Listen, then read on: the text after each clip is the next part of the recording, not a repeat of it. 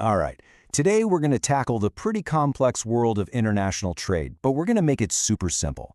We're talking about tariffs. And to do that, we're going to use a little story about monkeys and bananas. Okay, let's get into it. So what do monkeys, bananas, and international politics all have in common? I know, it sounds like the beginning of a really weird joke, doesn't it? But the answer actually explains a huge piece of how our global economy works. And that answer? It all comes down to tariffs. To really get a grip on how tariffs work, let's imagine a world with just two places. You've got monkey land and you've got banana land. And the relationship between them, well, that's the key to this whole story. Okay, so this slide lays it out perfectly. It's a classic case of supply and demand. Over here in monkey land, you've got tons of monkeys, they're our customers, but they have hardly any bananas.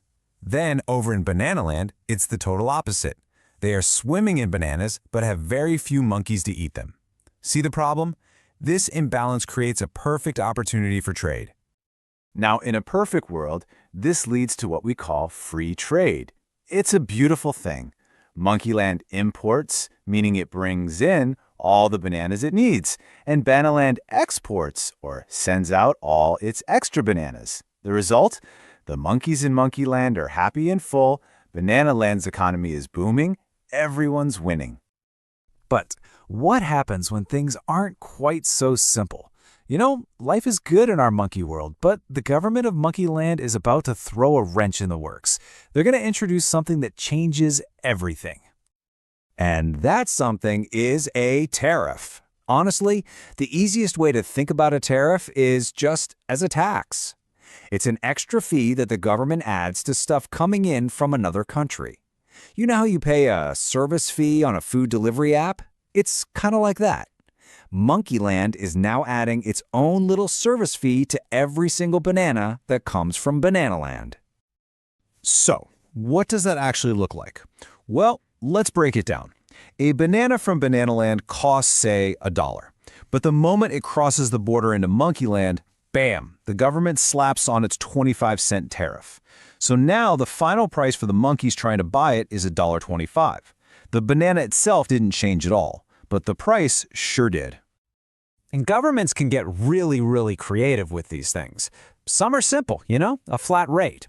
But most of the time, they use what's called an ad valorem tariff, which sounds fancy, but it just means it's a percentage of the item's value. And the level of detail can be wild. It's not crazy to see different tariff rates for ripe bananas versus unripe ones. That's how specific these rules can get. Okay, so Monkeyland now has its tariff. What happens next? Well, this one seemingly small change is about to cause some major waves. Not just in Monkeyland, but in Bananaland too. This chart really tells the story of what happens inside Monkeyland, because tariffs create winners and losers in the very same country. Just look at the happiness levels. The consumers, the everyday monkeys, they are not happy. Prices are up. But the local banana sellers in Monkeyland? Oh, they are thrilled.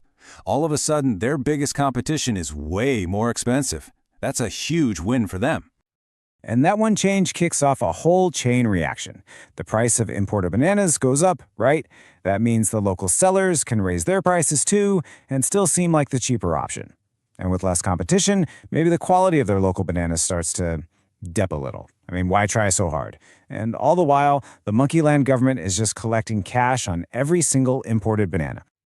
Now, how do you think Bananaland feels about all this? They are not happy. Their sales are tanking. So what can they do? Well, they can retaliate. They can slap their own tariff on something Monkeyland exports to them. Then Monkeyland gets mad and retaliates back, and on and on and on it goes. This back and forth cycle of angry tariffs, that is what we call a trade war. And when you're talking about monkeys and bananas, well, you could say it's a little bit of guerrilla warfare. Yeah, I know, I had to. But it's a pretty good way to remember how these fights can escalate, right? This all sounds like a huge mess, doesn't it? Consumers are paying more, countries are getting angry at each other, which really brings up the big question. If tariffs cause all these problems, why would a government ever use them? Well, there are actually a few key reasons. The number one justification you'll always hear is that it protects local businesses, giving Monkeyland's own banana farmers a chance. But tariffs can also be used as a weapon, a way to put economic pressure on another country to get them to change their ways. Or they can be a bargaining chip in bigger negotiations. And, let's be honest, sometimes it's just a straightforward way for the government to bring in more money. Now, I know we've been talking about monkeys this whole time, but here's the kicker. This story, it's not just an analogy. There was a real, actual war over bananas. That's right. This isn't just some cute story we made up. Let's take a look at what really went down between some of the biggest economies in the world. So check this out. Our little monkey story played out for real. Back in 1993, the European Union gave a special tariff discount to bananas from former colonies in the Caribbean. Well, huge American companies importing bananas from Latin America said that was totally unfair competition. So what did the U.S. do? It retaliated with its own tariffs on a bunch of European stuff. This whole banana war dragged on for almost 20 years before it was finally settled. 20 years over bananas. So, tariffs have this long, complicated past. But what about the future? In a world that is becoming more digital by the second, how does an old-school tool like this even stay relevant? This table really gets to the heart of the new challenge: taxing physical bananas. It's tough, but we know how to do it. You inspect it, you value it, you tax it. But how do you apply those same rules to digital things? How do you put a tariff on a piece of AI art or an NFT when it can cross a border instantly and invisibly?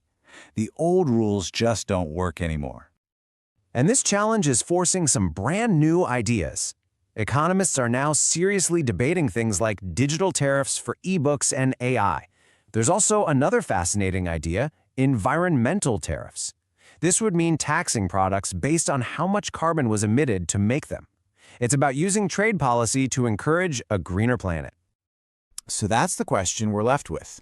The idea of a tariff is ancient, but the world it has to operate in is changing faster than ever. In this new world of AI and NFTs, how exactly do you tax a digital banana? The answer to that is going to define the future of global trade.